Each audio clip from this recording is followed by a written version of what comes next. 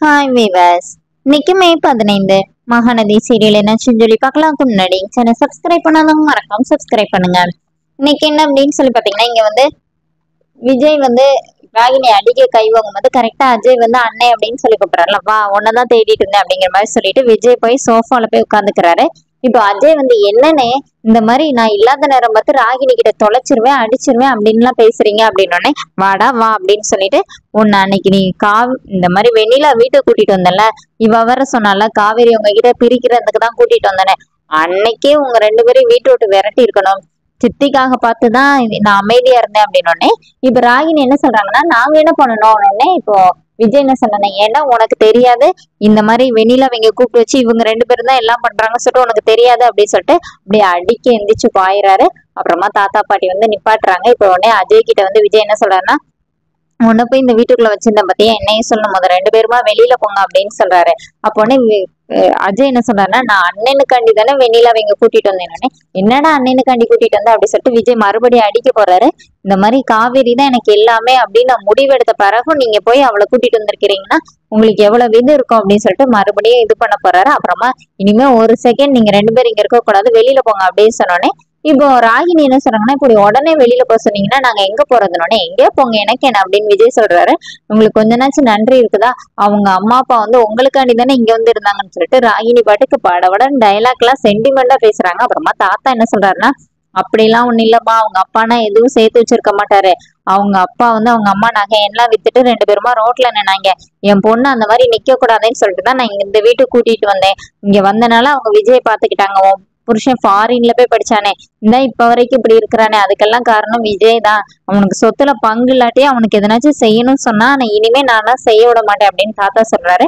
அப்புறமா ராகினி வந்து வா அஜய் வந்து வா போலாம் போலாம் சொல்லி இருக்கிறாரு. ராகினி வீட்டுல இருந்து வரவே மாட்டேங்கிறாங்க. அப்போனே இப்போ நீங்க போறீங்களா இல்லையா அப்படின்னோடனே அப்புறமா இழுத்துட்டு போயிடுறாங்க. இங்கே என்ன ஆகுது அப்படின்னா, காவேரியோட ஸ்டாலுக்கு வந்து நிவின் வர்றாரு.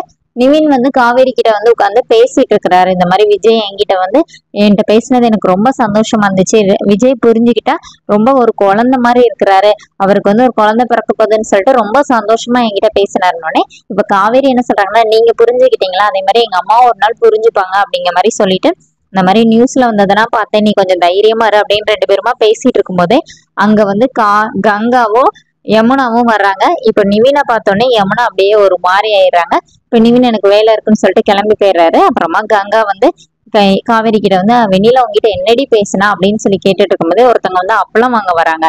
அப்போ உடனே யமுனா வந்து கங்கா கிட்ட சொல்றா, நீ தான் அவளை நினைச்சு கவலைப்பட்டுட்டு இருக்க, அவ நார்மலா தான் இருக்கானோடனே, இருக்கட்டுமேடி அவ கொஞ்சம் தைரியமா இருக்கிற விட அப்படிங்கிற மாதிரி கங்கா சொல்றாங்க. அப்புறமா யமுனாக்கு வந்து அங்க நிக்கவே முடியல. அப்போ உடனே நீ கங்கா கிட்ட வாக்க நம்ம போய் சுத்தி பார்த்துட்டு வரலானோடனே காவேரி கிட்ட நீ பாத்துக்குவல்லன்னு சொல்லிட்டு இவங்க 2 பேருமா அப்படியே கிளம்புறாங்க. இங்க என்ன ஆகுதுன்னா, பசுபதி வீட்டுல வந்து ராகினி உட்காந்து இந்த மாதிரி எங்களை வீட்டை விட்டு விரட்டிட்டாங்கன்னு சொல்லிட்டு அழுதுட்டு இருக்காங்க. அப்போனே பசுபதி சொல்றாரு, நான் தான் உன்னை இந்த வீட்டுல இருன்னு சொல்லிட்டேன்ல, அப்புறம் எதுக்கு அழுது புலம்பிட்டு இருக்க அப்படின்னோடனே இப்ப ராகினி என்ன சொல்றாங்கன்னா, அந்த வீட்டுல என்ன நடக்குன்னு தெரியாதுல்ல அப்படின்னு சொல்லிட்டு இருக்காங்க. அதுக்குதான் இப்ப இவங்களை நம்ம செட் பண்ணி வச்சிருக்கிறோம்ல, அதை பாத்துக்கலாம் அப்படிங்கிற மாதிரி பசுபதி சொல்லும் போதே கரெக்டா வெண்ணிலாவும் அவங்க மாமாவும் வீட்டுக்குள்ள என்டர் ஆகுறாங்க. அதோட என்னோட எபிசோட் ரன் பண்ணிட்டாங்க. நாளைக்கு என்னன்னா, வெண்ணிலாவை பசுபதி நல்லா ஏத்தி விடுறாரு, நீ வந்து அப்படியே நல்லா அழுது இது பண்ணணும், அப்பதான் அவங்க மனசு கரையும் அப்படிங்கிற மாதிரி. இப்போ வெண்ணிலா போய் விஜய் கிட்ட போய், என்னால நீ இல்லாம வாழ முடியாது விஜய், நீ தான் எனக்கு எல்லாமே வேணும்னு சொல்லிட்டு அப்படியே அழுது ஆக்ட் பண்றாங்க.